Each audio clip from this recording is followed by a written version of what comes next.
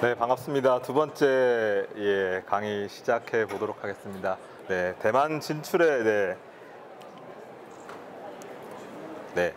필수적인 사항들에 대해서 설명을 드릴 거고요. 그리고 실제 런칭의 성공과 실패 사례를 통해서 이런 중요하게 체크해야 될 점들을 알아보도록 하겠습니다.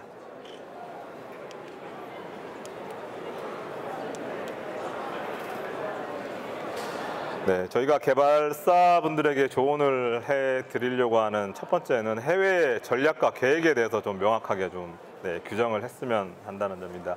네, 개발사가 하시는 가장 큰 오해는 번역이 현지화의 전부이다라고 생각을 하시는 부분이 있는 것 같습니다. 그리고 본인의 게임들이 어떤 요소를 가지고 이 대만 시장에 어필을 할 것인가에 대한 명확한 규정이 있어야 될 것 같고요.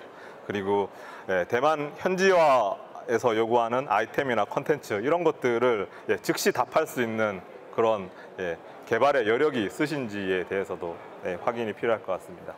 그리고 직접 런칭이 가능하신 역량이 가지고 계신 건지 아니면 현지에 파트너가 있어서 도움을 받아야 하는 건지도 좀 명확하게 좀 판단을 하셔야 될 것 같습니다. 그리고 또 여러 시장에 동시에 런칭할 수 있는 그런 개발의 속도를 따라갈 수 있는 개발진들을 보유하고 있는지도 중요한 요소일 것 같습니다.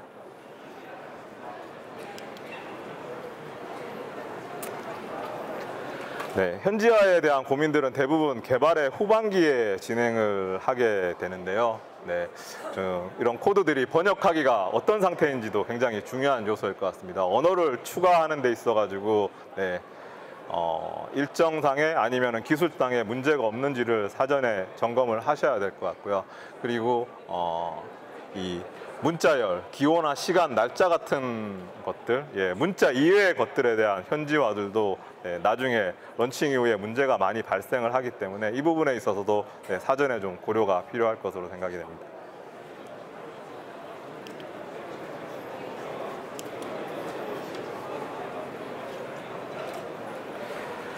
네, 다음의 주제는 문화적인 적용에 대한 문제입니다. 해외 시장에서 성공률을 높이는 가장 큰 방법들은 이런 문화적인 이질감에 대한 깊은 이해가 필요하다고 생각을 하고요. 그리고 게임의 기획자나 아니면 번역가는 필수적으로 이런 문화적인 코드에 대한 이해를 동반을 하고 있어야 될 것 같습니다. 그래서 게임의 현지화의 설계나 아니면은 지역의 특성을 반영한 아이템들은 플레이어들이 충성도를 높이는 결과를 가져와서 매출과 직결되는 역할을 하기 때문에 이런 문화적인 코드에 있어서 이질감이 없도록 하는 부분이 굉장히 중요할 것으로 판단을 하고 있습니다.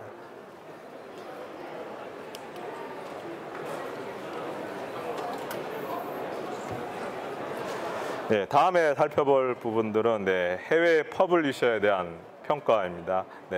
해외 쪽의 퍼블리싱 채널들은 뭐 대부분 다 거기서 거기 아니냐 그러면 아니면 오히려 또 진출에 대한 급한 마음에 있어가지고 퍼블리셔에 대한 평가를 관가하고 계신 개발사들도 많이 있으실 것 같습니다. 좋은 게임을 개발하시고 퍼블리싱 계약을 하시고 서비스를 시작하십니다. 근데 6개월이나 1년 있다가 회사가 사라져버리는 이런 경우들도 대만에서 많이 봤었고요. 그래서 그런 좋은 게임을 가지고 다시 런칭을 해보고 싶다라고 말씀하시는 개발사 대표님들 많이 만나봤습니다. 근데 시장의 기회는 두 번째를 가지기가 굉장히 어려운 것 같습니다. 그래서 현지화를 전략을 수립할 경우에는 현지 퍼블리셔들과 사전에 충분히 계약이 되어 있지 않은 상태에서도 미팅을 충분히 진행하실 수 있는 기회들이 있으니까 그런 기회들을 좀 많이 활용을 했으면 좋겠고요. 다음에 살펴볼 부분은 번역 품질에 대한 평가입니다. 전문의 번역가들도 이런 번역에 대한 실수를 진행을 하고 있고요. 게임에 대한 번역이랑 일반 다른 컨텐츠에 대한 번역들 많이 다른 것 같습니다. 저희가 태국에 지사가 있는데 런칭을 진행했을 경우였는데 태국에 관련된 번역 직원들이 충분히 다 검토를 하고 번역을 검술의 QA를 마쳤습니다. 근데 UA에 적용을 했을 때 거기에 들어가지 않는 그런 문제들이 있어가지고 게임에 실질적으로 적용하지 못하고 영어로 다시 다 재번역을 한 다음에 집어넣었던 그런 경험들도 있기 때문에 이런 문제가 발생했을 경우에는 절대로 이걸 번역했는 사람의 책임으로 돌릴 수가 없다는 뜻입니다. 그래서 게임을 서비스 하시거나 개발하시는 분들이 충분히 이런 상황들을 고려하셔야 될 것 같습니다.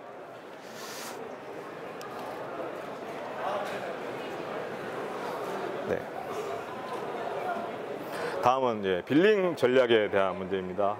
개발하신 코드와 컨텐츠가 현지의 목표와 이렇게 부합하더라도 어떤 상품을 구성할 건지 어떤 패키지를 구성할 건지는 지역 특색에 맞는 퍼블리셔의 빌링 전략을 조금은 따라 주시는 게 맞다고 생각을 합니다. 왜냐하면 인구라든지 아니면 소득 그리고 소비 취향들이 국가별로 다 틀리기 때문에 이런 빌링의 전략들은 로컬 퍼블리셔들의 의견들을 조금은 좀 더 반영을 해주시는 게 좋은 성과를 가져올 수 있다고 생각을 합니다.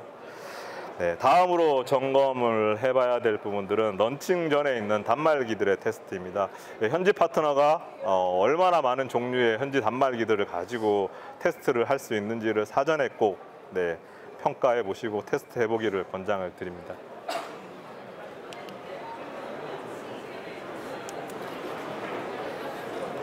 이제 실제 사례들을 통해서 조금은 직접적으로 접속을 해보도록 하겠습니다. 대만의 페이스북의 이용률은 80%입니다. 그래서 대부분의 게임의 로그인의 연동들은 페이스북 계정들을 가장 많이 사용을 하신다고 보시면 될 것 같고요. 구글 계정이나 게스트 계정 이 세 가지들은 꼭 필수적으로 연동이 필요하다고 하실 수 있겠습니다.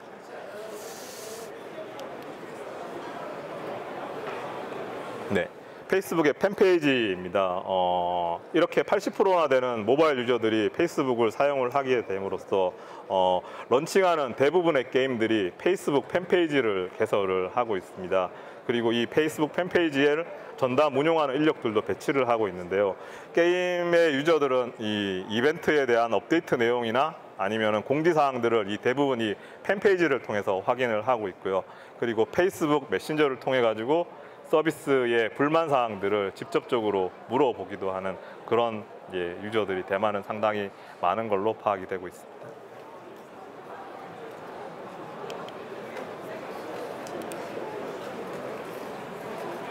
아까 간략하게 말씀드렸던 바하무트에 대해서 좀 더 깊이 들어가 보도록 하겠습니다. 대부분의 대만의 게임하는 런칭하는 게임들은 공식 홈페이지에 게시판 기능을 두고 있지 않습니다. 왜냐하면 바하무트의 포럼에 이런 소통량이나 게시글을 통해 가지고 바하무트의 순위가 정해지고 있고요. 이 바하무트는 대만 유일하게 순위가 노출되는 커뮤니티 사이트라고 보시면 될 것 같습니다. 바하무트의 대세감이 형성되는 것이 대만에 진출하는 것의 가장 중요한 포인트라고 말씀을 드렸고, 그런 커뮤니티에서 발생하는 노출의 순위 그리고 소통량 그리고 의견들을 가지고 순위를 측정하기 때문에 별도의 홈페이지의 게시판 기능들을 달지 않고 있습니다.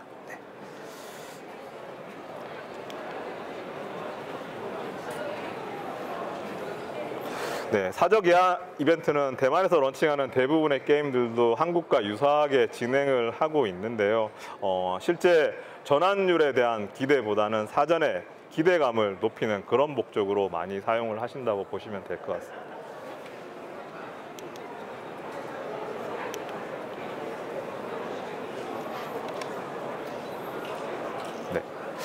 그리고 컨텐츠의 업데이트 주기와 그리고 대만 관련된 특수 아이템이나 컨텐츠에 대해서 좀 설명을 드리도록 하겠습니다. 대만 유저들은 한국과 마찬가지로 컨텐츠의 소비 속도가 상당히 빠른 편이고요. 저희 모바일 게임 기준으로 해서 3주 정도의 업데이트가 없으면 벌써 불만 동향이 발생을 하는 걸로 그렇게 보고되고 있습니다. 그래서 소규모의 업데이트라도 2주 단위로 진행을 하는 것이 가장 좋다고 말씀을 드릴 수 있겠습니다. 그리고 대만에 런칭했을 때 런칭 아이템이나 시즌 특수 아이템들은 초반에 유저의 관심도를 끌어올릴 수 있는 그런 역할을 하기 때문에 이런 것도 런칭 이전에 준비를 미리 해두시는 게 좋을 것 같습니다. 그리고 아래에는 대만의 특수 시즌이라고 되어 있는데 한국과 조금 다른 명절의 기준 가지고 있습니다. 네, 평화의 날, 그리고 청명절, 단오절, 쌍십절이라고 되어 있는데 이런 것들이 대만에서 가장 큰 명절이라고 보시면 될 것 같고요. 이벤트도 가장 많이 진행을 하신다고 생각하시면 될 것 같습니다.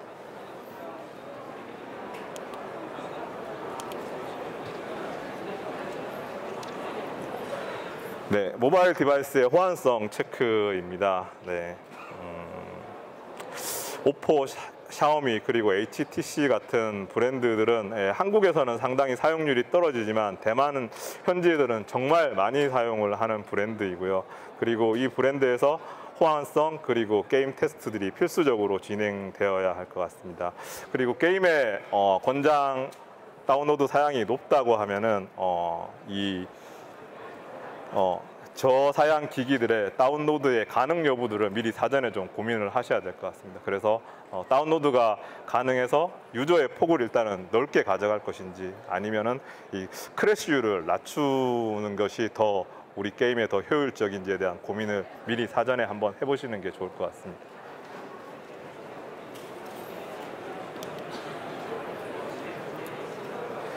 네, 한국 분들이 잘 이해하지 못하는 간짜체와 번짜체의 문제입니다. 저희가 어렸을 적에 교육을 받았던 것들은 번짜체, 대만에서 사용하는 글자체이고요. 네, 중국에서 지금 사용하는 것들은 좀 간편화된 간짜체입니다. 근데 어떤 문제가 발생을 하게 되냐면 대만인들은 간짜체가 포함되어 있는 경우에는 아예 이 회사는 대만에 서비스할 준비가 되어 있지 않다라고 단순하게 판단해버리는 그런 문제들이 있습니다. 그래서 완성도가 낮은 게임이다 이렇게 평가해버리는 것들이 있기 때문에 이런 거에 대한 사전 준비가 좀 필요하고요. 그리고 대만에서 사용하지 않는 단어들이 있습니다. 네, 중국 지하철을 예로 한번 들어보면 DTA라고 하는데요. 중국에서는 지하철역을 DTA짠이라고 표현합니다. 근데 대만에서는 제윈짠이라는 표현을 쓰고 있기 때문에 전혀 사용하지 않는 단어가 똑같은 의미로 사용되는 이런 부분들이 발생을 하게 됩니다.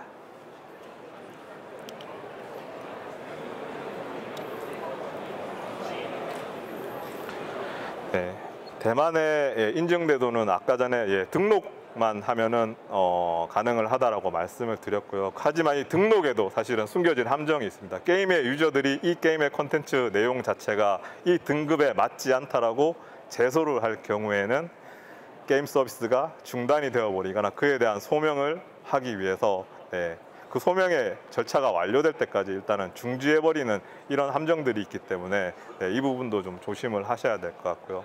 그리고 중국의 IP를 사용을 하시거나 서버의 일부가 중국에 존재할 경우에는 대만 정부에서 엄청나게 많은 서류와 증빙 자료들을 요구하니까 특히 더 조심을 하셔야 될 것 같습니다. 네. 더빙의 문제입니다. 아까 전에 대만 분들의 특징은 문화적인 포용성이라고 말씀을 드렸고요. 중국어의 성우의 음성 더빙은 사실상 필요하지 않다라고 말씀드릴 수 있습니다. 네. 현지화에 필요한 중국어 더빙을 하는 회사들은 거의 잘 못 본 것 같고요. 그리고 특히 일본에서 가지고 온 게임들은 일본 성우의 목소리를 그대로 사용을 하시고 유명 성우분이 더빙을 했는 것들은 충분히 마케팅적 효과를 가져올 수 있기 때문에 그대로 사용하셔도 무방하다고 말씀드릴 수 있겠습니다.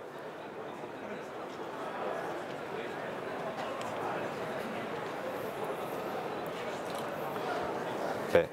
다음 주제는 대만의 유저는 이미 알고 있다입니다.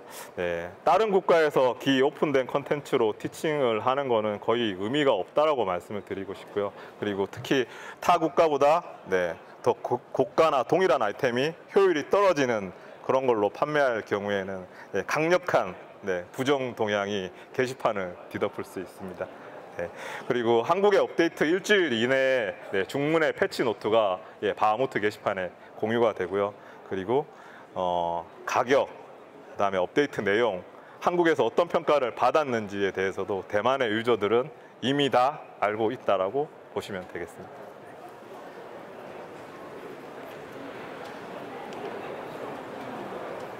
네. IP 파워가 큰 게임들도 있지만 그렇지 않은 게임들도 있을 것 같은데요. 대만에서 더 이상 한국산이라는 꼬리표는 메리트가 되지 않는 것 같습니다. IP 파워가 크지 않는 게임의 경우에는 게임 런칭 전부터 사전에 인지도 증대 작업이 필요하고, 이런 인지도의 증대 작업 없이 런칭하는 것들은 초반에 고객에게 상당히 큰 어려움을 겪을 수 있다라고 말씀을 드릴 수 있을 것 같습니다.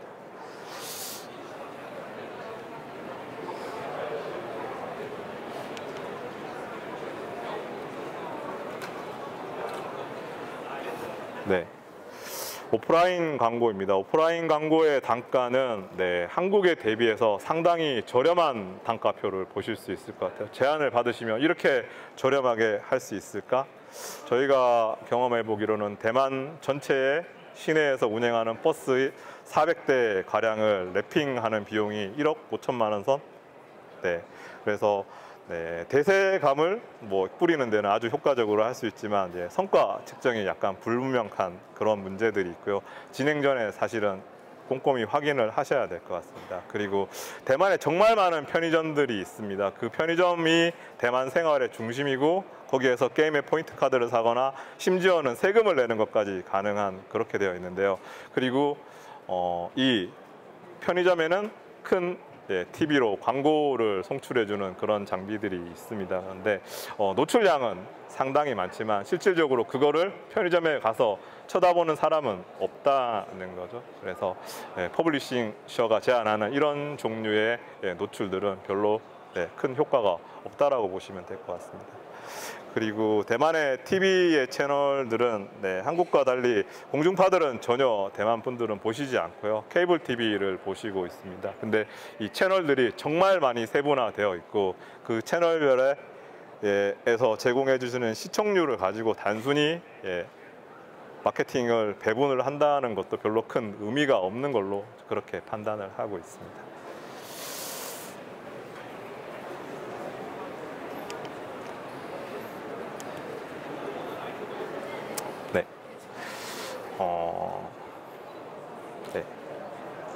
대만에서 성공하는 컨텐츠를 하나 꼽으라고 해서 사실은 이 소녀전선을 가지고 나왔습니다. 대만 분들이 좋아하시는 안에 요소들이 상당히 많이 들어있는 것 같고요. 그리고 초창기부터 팬페이지나 아니면은 CS 활동을 통해서 고객들과 사실은 신뢰관계를 쌓는 작업들을 굉장히 오랫동안 진행을 하셨던 것 같아요. 그래서 장기 서비스를 하는 게임이구나, 이 게임은 오래 갈 수 있겠구나라고 하는 그런 신뢰감을 초반부터 많이 가져온 것 같습니다. 그리고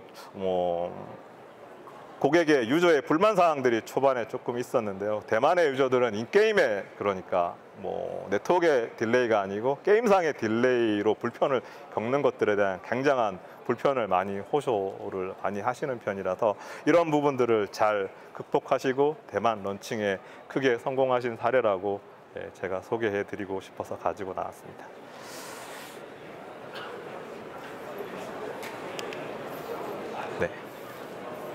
이거는 실패 사례로 가지고 나왔습니다. 제가 인소프트 출신이어서 꺼내기가 상당히 그랬는데 유저 불만들이 굉장히 많이 쌓였었죠. 특정한 던전이나 구간에서 플레이가 경험치가 상당히 부족했다. 레벨업이 진짜 늦어가지고 그런 문제들이 있었고, 점검을 엄청 많이 하고 업데이트를 많이 했는데 사실은 반영된 업데이트들이 효과들이 없었던 것 같아요. 그리고 가차 뽑기 확률에 대한 불만들도 있었던 것 같고, 그리고 전체적으로 봤을 때는 뭔가의 런칭 일정에 잡혀 있는 거에 스케줄을 맞추기 위해서 너무 좀 준비되지 않은 상태에서 OBT를 시작한 것이 아닌가 하는 그런 생각을 가지고 있습니다. 그래서 유저의 불만들을 해소할 수 있는 업데이트, 적지적소의 업데이트가 없는 그런 활동들은 고객들을 떠나가게 할 뿐이다. 그런 사례로 제가 가지고 나온 사례입니다.